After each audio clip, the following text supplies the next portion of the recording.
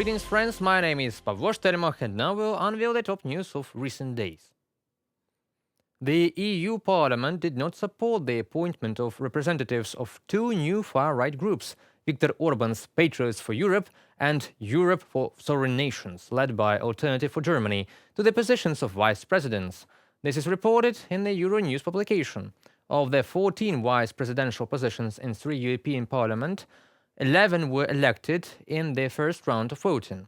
5 from the center-left Socialists and Democrats, 3 from the European People's Party, 2 from the Liberal group Renew Europe, and 1 from the Greens. Soft Eurosceptics from the European Conservatives and Reformists, led by Italian Prime Minister Giorgia Meloni, managed to get 2 vice presidential seats in the second round of voting, 1 more than in the previous convocation.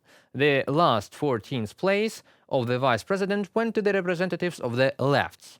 Instead, neither Patriots for Europe nor Europe of Sovereign Nations will be represented in the Bureau of the European Parliament, which forms the regulations and budget. Last week, the European People's Party, largest group in the European Parliament, confirmed that they are in talks with other centrist groups to prevent the extreme right and Putin's friends, as they call them, from holding influential positions. A representative of the Patriots called these efforts undemocratic and an insult to the millions of European citizens who have the right to be heard. I would like to remind you that yesterday at the first plenary session after the elections, the new composition of the EU Parliament re-elected Roberta Metsola as president by an overwhelming majority of votes. 623 deputies took part in voting for the new president of the European Parliament in Strasbourg. Metsola, who represents the European People's Party, received 562 votes, significantly more than the minimum of required 312. In her first speech after the re-election, the president of the European Parliament promised to fight for Europe for all and to defend ideals that are sometimes taken for granted. The Russian war of aggression against sovereign Ukraine remains at the top of our agenda. I went to Kiev in your name at the outbreak of the war. It was a visit that gave new impetus to our House, new visibility and influence.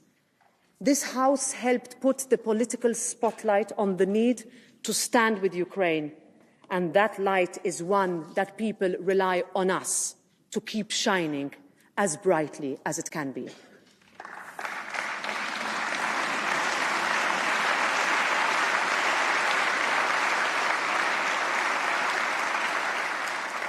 We will be called upon to do more, and we must be ready to go beyond what is comfortable and do what is necessary. We do this because Europe must stand for freedom, for peace, a real peace with justice, with dignity, and with liberty. Because in Europe we understand how to heal seemingly impossible divides. The President of the European Parliament was re-elected in her native Malta with a record result. Metsola will now serve as the head of the EU parliamentary body for the next 2.5 years. She can be re-elected for the same number of terms in January 2027. It will be the recall that Metsola, who represents Malta, headed the European Parliament for the past 2 years. She was elected to this position at the beginning of 2022. She became the first of the top officials of the European Union who came to Kyiv after the start of the full-scale war. Temporary power outages schedules have been introduced in Dagestan, Kabardino-Balkaria, and Karachay-Cherkessia. No, this is not news from Ukraine, this is news from Russia. The reason for the outages was a malfunction in the operation of the generation equipment of the Rostov Nuclear Power Plant, which was reported by the Ministry of Energy of the Russian Federation. In this regard, electricity consumption restrictions of 1.5 gigawatts have been introduced in the south of Russia. Rosatom also commented on the situation and stated that one of the units of the Rostov NPP was switched off by automation due to problems with the turbo generator, while the background radiation was normal. Let me remind you that only 2 days after the accident at the Chernobyl nuclear power plant, Moscow announced an accident occurred at the Chernobyl nuclear power plant. One of the nuclear reactors is damaged. Measures are being taken to eliminate the consequences of this accident. Help is being provided to the victims. A government commission has been created. Let's hope that this time there won't be a tragedy, because we won't get the truth from the Kremlin anyway. In the meantime, millions of residents of southern Russia are complaining about massive power outages. People were partially without power in Novorossiysk, Armavir, Anapa, Gelendzhik, Taganrog, Bataysk, Rostov-on-Don, as well as in some rural areas of Kuban and Krasnodar itself. Some consumers have been disconnected in Crimea and Sevastopol, which is Ukraine, and a temporary electricity supply schedule has been introduced there. Residents of the entire south of Russia and occupied parts of Ukraine, of the North Caucasus, also faced power outages due to a failure at the Rostov Nuclear Power Plant. Problems with electricity could affect up to 25 million people. Power outages after a failure at one of the power units of the Rostov Nuclear Power Plant affected not only the entire south of Russia, but also most of the regions of the North Caucasus. Even for Russian media, these are different regions. One don't get confused. The North Caucasus is one thing, and Ukraine is part of Russia, in their opinion. After all, the introduction of temporary shutdown schedules in Dagestan, Kabardino-Balkaria, and Karachay-Cherkessia, some subscribers in the Stavropol territory and North Ossetia were also temporarily left without power.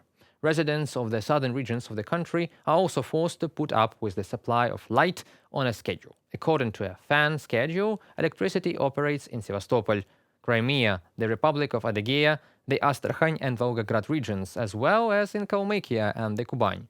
In addition, the failure at the Rostov Nuclear Power Plant affected several districts of the Zaporizhia region in Ukraine. In conditions of abnormal heat, water supply and air conditioning stopped working.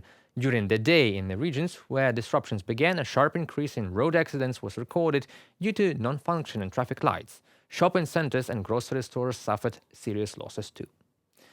And compare all this information with what is happening now in Ukraine, where the Russians are deliberately destroying the energy system, and despite this, Ukrainians have light for most of the day. As you can see, karma always comes back to Russians. They wanted to leave Ukraine without electricity, but there is none in their regions now. They wanted to create a gray zone on the border in the Kharkiv region, but in fact they banned entry into 14 settlements in the Belgorod region of Russia. The Kakhovka dam was blown up, and Orsk and Orenburg were flooded then. By the way, the incident at the Rostov Nuclear Power Plant once again shows that Russia must transfer control of the Zaporizhia Nuclear Power Plant to Ukraine. Well, they don't know how to handle dangerous objects and stations after all. On July 17, 2014, Russian terrorists shot down a passenger Boeing 777 of Malaysian Airlines, which was operating a regular flight MH17. 298 people died. The downing of the Malaysian Airlines passenger liner is a consequence of the hybrid war unleashed by Russia against Ukraine back in 2014.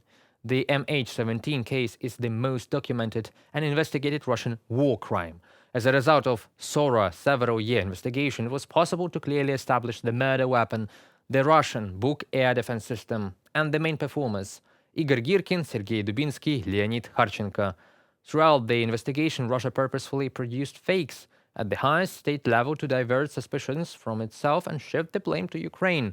Lies are a characteristic feature of the Russians accompanying all their crimes, and in my opinion, this incident becomes one of the most reasons for further war crimes by the Russians, because the world didn't react quickly and effectively to this one in time. Over the years, we have listened to dozens of different versions. We have heard about the Ukrainian military and about the planes that the passengers allegedly saw in portholes before the disaster, but in the end, all these theories of the Kremlin turned out to be lies.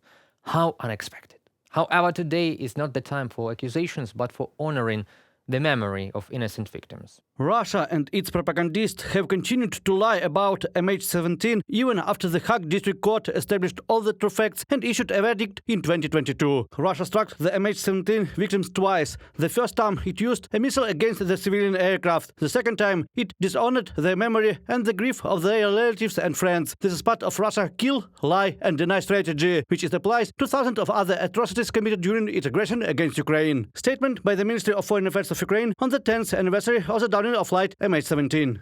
The Boeing 777 crash is just one of a huge number of Russian crimes committed in Ukraine. All of them will be investigated and their perpetrators will be identified over time.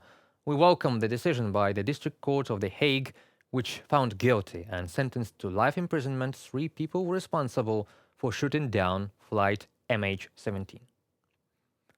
That concludes our today's video. Thank you for watching. Stay updated, comment, like and subscribe to our UATV English channel for more news from Ukraine. It is your support that really matters for us. Goodbye.